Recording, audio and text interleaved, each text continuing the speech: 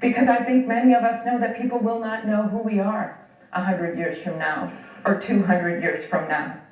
But what they will know is this. They will know what we did today, how we voted today, and that is more important than who we are. It's a republic if we can keep it. Thank you, Mr. President. I yield the floor. Majority Leader. I yield up to 5 minutes to the senator from Pennsylvania, Senator Cummings. Senator from Pennsylvania. Thank you, Mr. President, and I intend later to address the specifics of Pennsylvania if and when an objection is raised with regard to Pennsylvania. For now, I want to address my remarks to what I think is the fundamental question being posed by the objectors. And that is, does Congress have the constitutional authority to decide which states' electoral college votes should be counted and which should not, based on how well we think they ran their elections? This is what the objectors are really asking us to do, to federalize elections by rejecting electoral college votes from states whose processes they say they disapprove of, and thereby having Congress select the President of the United States instead of the American people. The answer, Mr. President, is no, there is no such authority under the Constitution. The Constitution assigns to the states the responsibility to conduct elections. It's clear in Article 2, Section 1.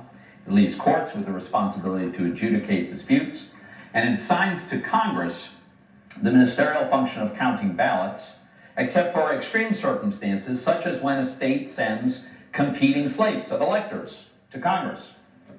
Which brings me to the 1877 precedent. Some objectors claim to merely want a commission to conduct an audit and then let states decide whether to send different electors. Well, first, the situations are not at all analogous. In 1877, Congress had before it 2 slates of electors from several states. Here, there are no Trump electors from swing states. There's just Biden electors. Second, legislatures from the swing states, they've already spoken. They've made their decision. They've chosen not to send us alternative electors. Third, a commission? Really? It's completely impractical, and we all know it, with 14 days to go before a constitutionally mandated inauguration. But look at it this way. If the objectors are right, and it really is Congress's job to sit in judgment on the worthiness of the state's electoral processes, then what's the criteria for acceptable election processes? What investigations have been conducted of these processes? What body has deemed that certain states' processes are unacceptable? What opportunities were these states given to challenge the findings? Why are the objectors objecting only to swing states that President Trump lost? What about the ones he won? I don't know, North Carolina. What about California? They have ballot harvesting, I'm told.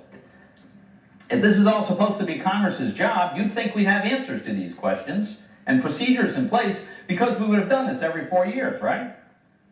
But we don't, because it's not our job. If we adopt this new precedent, that we sit in judgment of states' processes, then we're federalizing the election law. We would necessarily have to establish the permissible criteria and rules for the state's elections. The ballot harvesting example, it's illegal in some states. It's encouraged in others. Does it become mandatory or forbidden depending on who's in control of Congress? And as the leader pointed out, it would be the end of the Electoral College. And the Electoral College is the mechanism by which the people select the president. But if Congress gets to decide which states get to vote in the Electoral College, then clearly Congress is selecting the president, not the people. Whichever party controls both houses of Congress would control the presidency. The public would never tolerate Congress picking the president instead of themselves, so they'd abolish the Electoral College, as many of our colleagues would like to do. And the end of the Electoral College, of course, means the nation will be governed by a handful of big blue states and regions that can drum up very large numbers. Mr. President, the Constitution does not assign to Congress the responsibility to judge the worthiness of state election processes, nor its adherence to its rules. That's the responsibility of the states and the courts. Let me conclude with this. I voted for President Trump. I publicly endorsed President Trump. I campaigned for President Trump. I did not want Joe Biden to win this election. But there's something more important to me than having my preferred candidate sworn in as the next president. And that's to have the American people's chosen candidate sworn in as the next president. A fundamental defining feature of a democratic